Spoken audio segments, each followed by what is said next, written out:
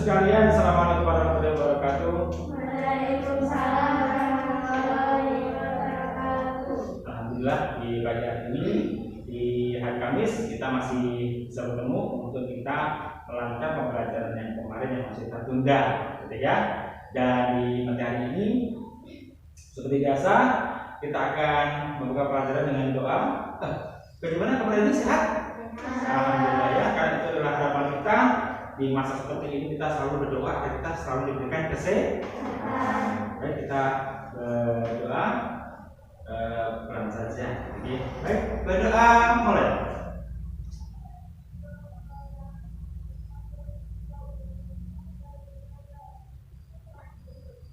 Berdoa selesai. Baik, terima kasih. Nah, bagaimana semuanya masuk ya hari ini? Ya, masuk 100%. Baik. Nah, seperti biasa, sebelum kita memulai pembelajaran kita hari ini, kita akan menyanyikan lagu Indonesia Raya sebagai bentuk kita untuk mencintai bangsa ini, untuk meningkatkan rasa nasionalisme. Gitu ya. Baik, silakan kita berdiri dulu untuk menyanyikan lagu Indonesia Raya. Berdiri semuanya.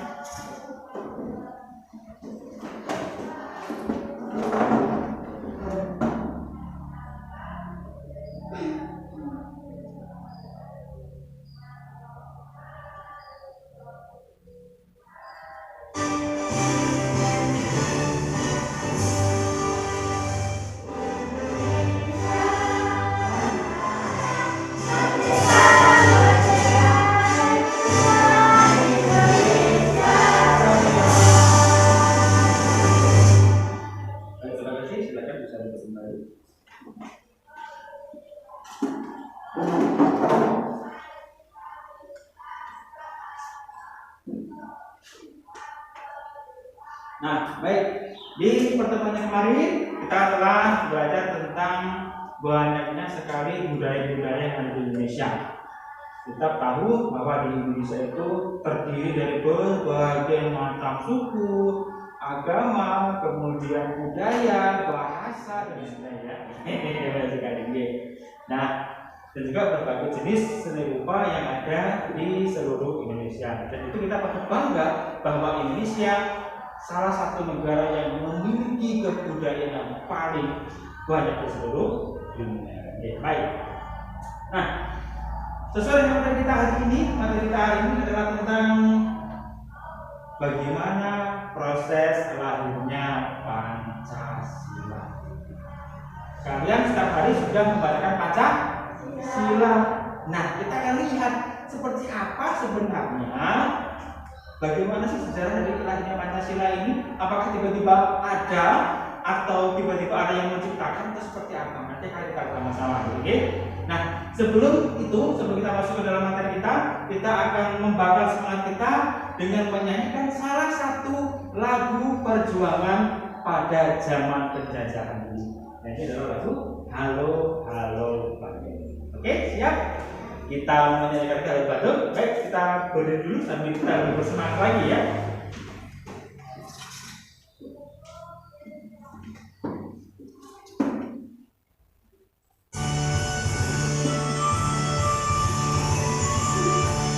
Lalu begini, kakinya. Ya. Yuk, oke. Bersemangat, semangat. Halo.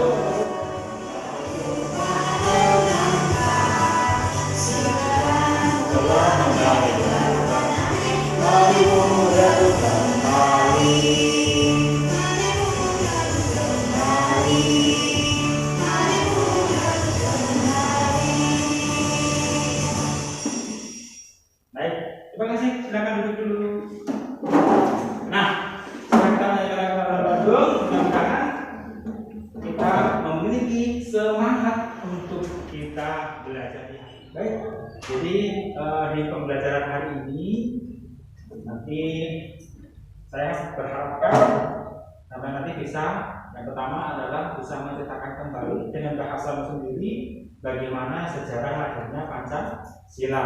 Yang pertama, yang kedua nanti diharapkan sampai nanti bisa menyebutkan siapa saja tokoh Borobudur Dasar Negara. Kemudian yang ketiga, kalian bisa menceritakan kembali peristiwa lahirnya Pancasila menggunakan kalimat efektif yang benar, serta mampu mempresentasikan hasil rumusan dasar negara dengan memperhatikan kalimat efektif.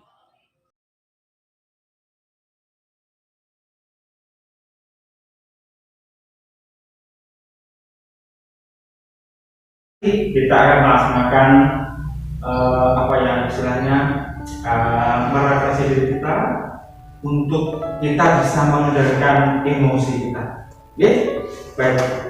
Namanya adalah teknik stop anak sekalian. Seperti apa tekniknya? Baik. Sekarang silakan mencari posisi yang tenang, duduk yang nyaman. Silakan kita dari pada posisi yang nyaman. Boleh bersandar, boleh. Yang penting badan tetap tegak. Kemudian silakan untuk matanya kita tutup dulu. Semuanya menutup mata. Kita tutup dulu matanya. Oke, nanti akan ada perintah untuk membuka mata. Oke, kita tutup mata dulu. Kita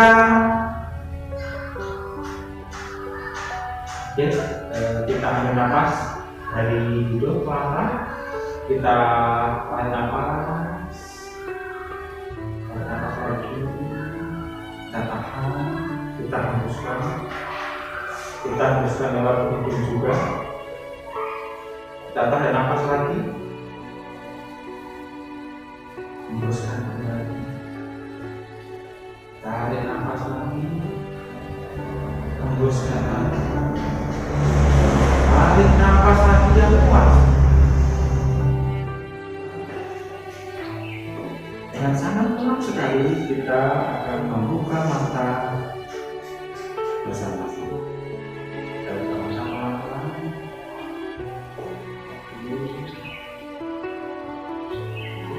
Silakan kita buka mata. Oke. Nah, oke. Jadi di awal pertemuan kita hari ini kita akan melihat video pembelajaran dari sejarah tentang lahirnya Pancasila. Kita akan memutarkan film itu. Nanti silakan disimak baik-baik karena nanti akan ada pertanyaan yang berhubungan tentang sejarah lahirnya Pancasila. Sudah siap? Sudah siap? Oke. Kita lihat dulu.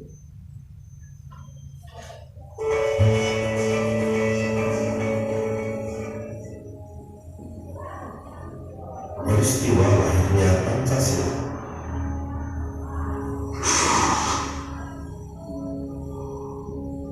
Pancasila berasal dari bahasa Sanskerta, yaitu panca dan sila.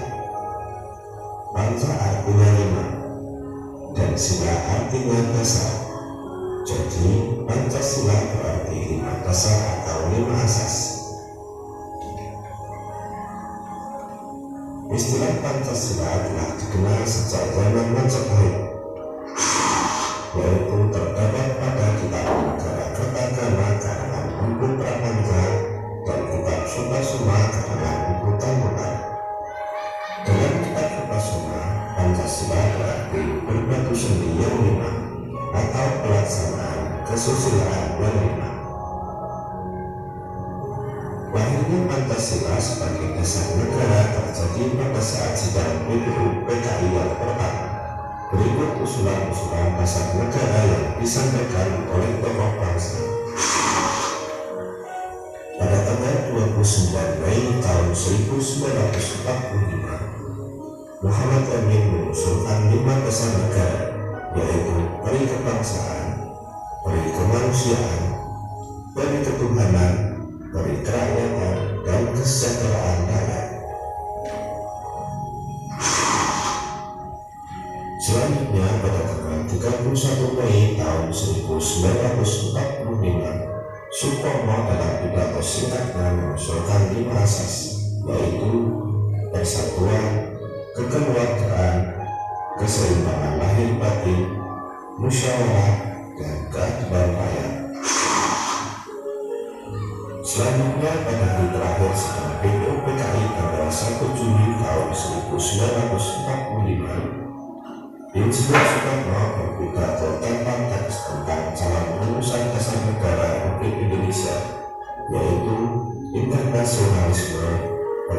kemanusiaan, mufakat atau demokrasi, kesejahteraan sosial, dan ketuhanan yang Maha Esa.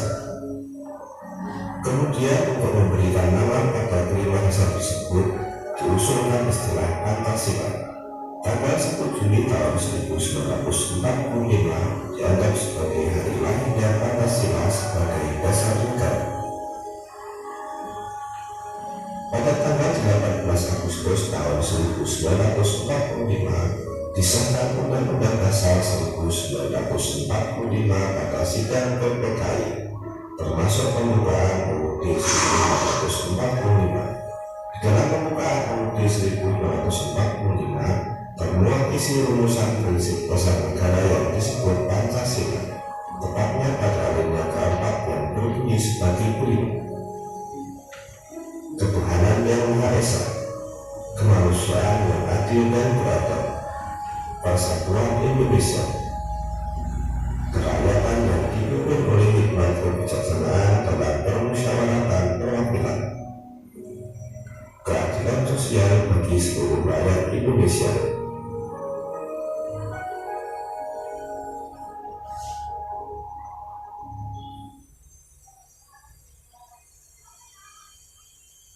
Oke, jadi itu adalah sedikit cerita tentang sejarah lahirnya Pancasila. Masih ingat tadi kata Pancasila diambil dari kitab apa? Kitab? Dari kitab? Lupa? Kitab Sutasoma, karangan Ibu Tarulan. Nah, dari situ namanya menjadi Pancasila. Panca artinya 5 dan sila artinya adalah apa tadi? Dasar, gitu ya. Nah, nanti kita akan melihat lagi videonya supaya kamu bisa menjawab nanti pertanyaan yang saya sampaikan, gitu ya. Kita akan melihat lagi, dan jika ada informasi nanti bisa sambil dicatat, karena jangan lupa nanti sesuai dengan tujuan pembelajaran kita hari ini sama bisa menceritakan kembali dengan bahasamu bagaimana sejarah lahirnya Pancasila. Nah, itu adalah video tentang sejarah lahirnya Pancasila. Nah, sekarang dari sejarah itu tadi sesuai dengan tujuan pembelajaran kita, silakan sampean menuliskan dengan bahasamu sendiri bagaimana proses perjalanan dari sejarahnya lahir Pancasila. Silakan kamu menggunakan dengan bahasamu sendiri. Dari video ini tadi yang sudah ditayangkan, kira-kira apa yang bisa kalian tangkap dalam proses lahirnya sejarah Pancasila? Jadi pahami? Bisa? Bisa? Baik, saya tunggu untuk sama menuliskan. Kemudian nanti kita akan memilih 2 atau 3 kalian ke depan untuk bisa membacakan bagaimana hasil dari sejarah Pancasila. Istilah Pancasila telah dikenal sejak zaman terbaik, yaitu terdapat Pancasila, negara kertagaraan, karangan buku Prapanca dan kitab Sutasoma, karangan Asulat. Dalam kitab Sutasoma, Pancasila berarti berbatu sendi yang 5 atas pelaksanaan kesusilaan yang 5. Pancasila berarti 5 dasar atau 5 asas. Istilah Pancasila telah dikenal sejak zaman Majapahit, yaitu terdapat pada kitab Negara Kertagama karangan MPU Prapanca dan kitab Sutasoma karangan MPU Tampilan. Dalam kitab Sutasoma, Pancasila berarti berbatu sendi yang 5 atau pelaksanaan kesusilaan yang 5.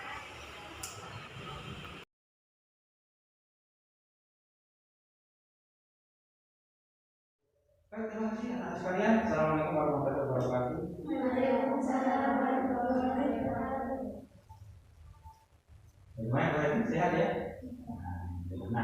anak-anak sekalian, di hari ini kita akan belajar tentang tema 7, sub tema 3. Dan materi kita hari ini adalah tentang sejarah lahirnya Pancasila.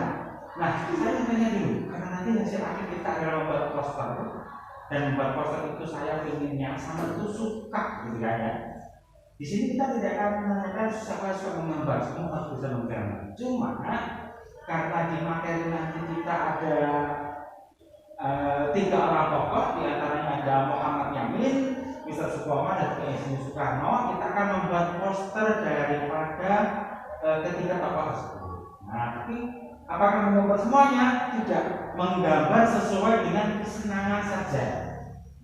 Kalau misalnya sama suka 3, jangan 3, pilih satu aja. Ya, jadi ada 3 tokoh. Nah, kita nanti akan membuat poster, di mana poster itu nanti kita buat berdasarkan kesukaan.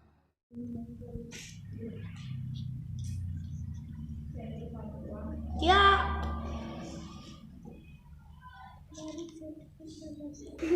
Piye teke?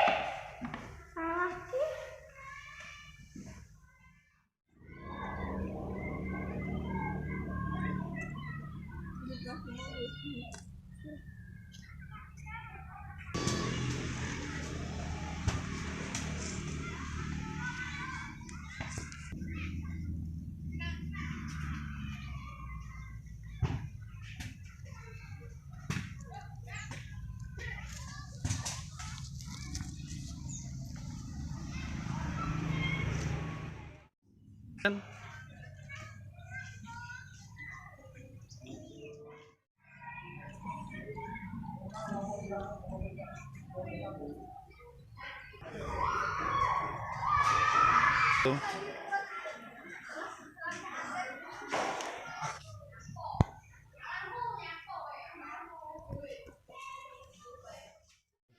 Halo teman-teman, perkenalkan nama saya adalah Putra. Melalui video vlog ini saya akan menceritakan sedikit tentang materi proses lahirnya Pancasila.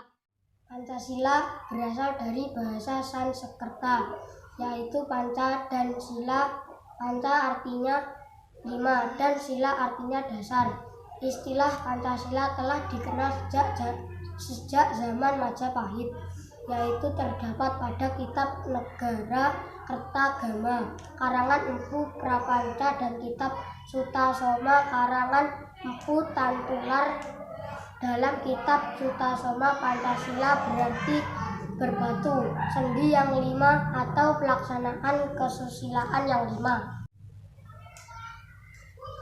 Lahirnya Pancasila sebagai dasar negara terjadi pada saat sidang BPUPKI atau Badan Penyelidik Usaha Persiapan Kemerdekaan Indonesia. Yang pertama, berikut usulan-usulan dasar negara yang disampaikan oleh 3 tokoh bangsa, yaitu Muhammad Yamin, Mr. Supomo, dan Ir Soekarno. Dari rumusan ketiga tokoh tersebut dilebur menjadi satu dan disepakati menjadi Pancasila pada sidang PPKI. Demikian video singkat dari saya, terima kasih.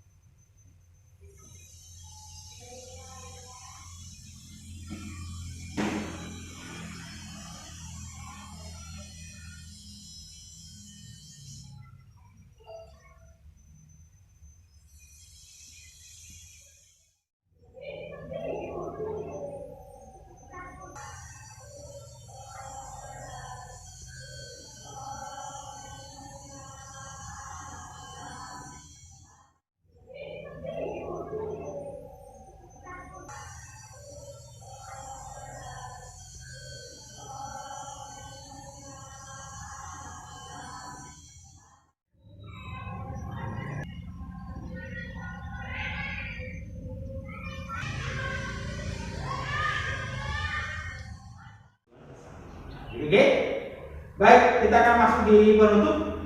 Kita akan merefleksikan pembelajaran kita pada pagi hari ini. Nah, dari awal sampai akhir tadi kita sudah melaksanakan pembelajaran nih, ya. Tadi ada yang menggambar, ada yang membaca puisi. ada yang membuat video vlogger dan lain sebagainya. Mantap sekali, hebat. Tepuk tangan untuk teman-teman. Nah, apa yang kita pelajari hari ini? Materi apa? Tentang sejarah lahirnya Pancasila. Oke, kemudian apa lagi? Ya, kita mulai mengenal ternyata ada 3 tokoh perumus dasar negara. Siapa saja ya? Oke. Ya. Soekarno. Ada 3 tokoh. Dari usulan ini apakah semuanya diterima? Diterima, cuma tidak semuanya. Harus kita jadikan satu dulu. Akhirnya yang paling banyak diterima adalah usulan dari siapa? Kemudian baru disahkan pada sidang PPKI di tanggal 18 Agustus 1945 yang akhirnya menjadi Pancasila. Oke. Assalamualaikum warahmatullahi wabarakatuh. Selamat pagi Bapak Ibu sekalian. Di hari ini kita telah sampai di aksi nyata 2.2.A.10. Dan di hari ini saya akan melaksanakan refleksi pembelajaran di mana kita di hari ini telah melaksanakan pembelajaran berdiferensiasi terintegrasi dengan pembelajaran sosial dan emosional. Nah, sebagaimana kita ketahui bahwa terus terang saja Bapak Ibu sekalian bahwa RPP yang saat ini saya buat ini merupakan salah satu RPP yang pertama kali gitu. Jadi pertama kali saya buat, jadi di mana ini berdiferensiasi, kemudian terintegrasi dengan keterampilan sosial emosional. Nah, ini merupakan salah satu ilmu baru yang saya dapatkan. Nah, di dalam saya melaksanakan pembelajaran berdiferensiasi dan juga terintegrasi dengan pembelajaran sosial emosional, ini sangat bagus sekali nih kalau misalnya kita terapkan, karena diantaranya kita ada beberapa pilihan, ada beberapa strategi, diantaranya ada strategi diferensiasi proses, ada diferensiasi konten, dan juga ada diferensiasi produk.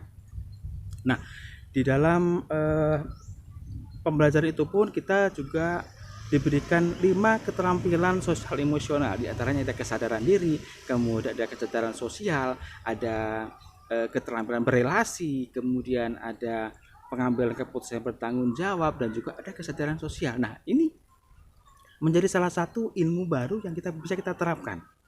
Nah, memang hambatan yang saya alami pada saat melaksanakan pembelajaran ini adalah saya harus memetakan dahulu kebutuhan siswa berdasarkan kesiapan siswa, kemudian berdasarkan minat, berdasarkan profil siswa. Ini penting sekali Bapak Ibu sekalian. Memang di RPP yang sebelumnya tanpa menggunakan diferensiasi dan juga KSE ini ada sebenarnya, cuma belum terfokus. Nah, di pembelajaran berdiferensiasi ini dan juga keterampilan sosial emosional ini kita menjadi terfokus gitu.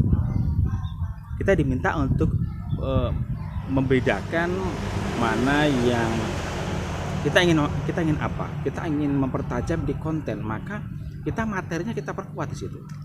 Kemudian kita ingin bahwa kemampuan anak ini berbeda-beda Bapak sekalian. Ya, berbeda-beda. Di antaranya ada kita bisa memetakan kayak belajar anak dengan kita melihat bahwa ada 3 tipe, di antaranya tipe visual, kemudian ada auditorial, dan juga kinestetik. Nah, ini juga membawa dampak bagi anak-anak. Kita memiliki beberapa materi. Nah, itu nanti akan kita bedakan. Kita buatkan perbedaan diferensiasinya. Diferensiasi apakah produknya. Berarti dari beberapa produk itu akan menghasilkan beberapa produk yang berbeda. Mereka akan menghasilkan produk, tapi menghasilkan produk yang berbeda. Nah, seperti itu.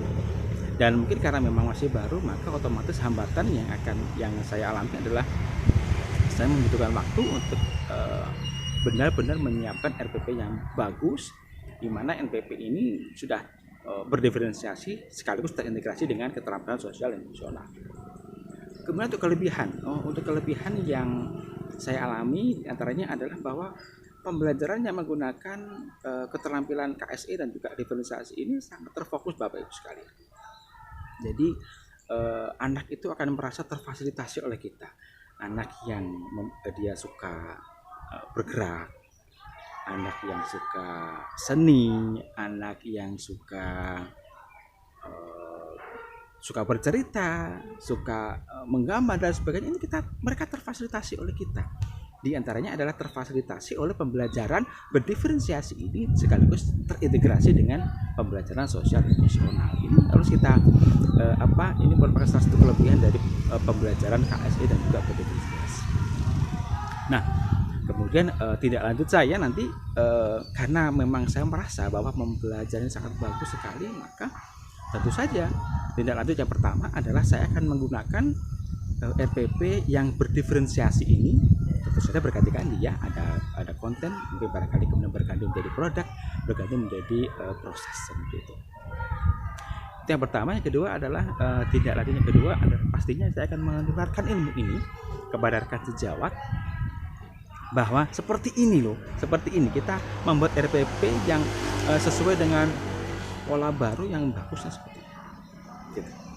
Dan juga yang paling bagus adalah diantaranya tujuan pembelajarannya, Bapak Ibu sekalian, bahwa tujuan pembelajaran ini sudah diintegrasikan, diinkludkan untuk menjadi satu, bahwa sudah terintegrasi lengkap dengan ABCD-nya, kemudian diinkludkan juga dengan keterampilan sosial emosional.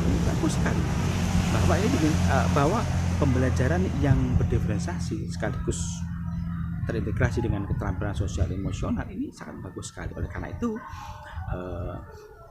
perlulah kita tetap menggunakan RPP ini sebagai bahan acuan kita untuk kembali kita memfasilitasi anak didik kita agar sesuai dengan kemampuannya. Karena sesuai dengan filosofi KHD bahwa pendidikan itu adalah kita menghamba kepada murid, kita berikan yang terbaik untuk murid sehingga mereka nanti bisa bergerak sesuai dengan kodratnya. Begitu. Demikian refleksi dari saya. Terima kasih. Wassalamualaikum warahmatullahi wabarakatuh. Salam Guru Penggerak.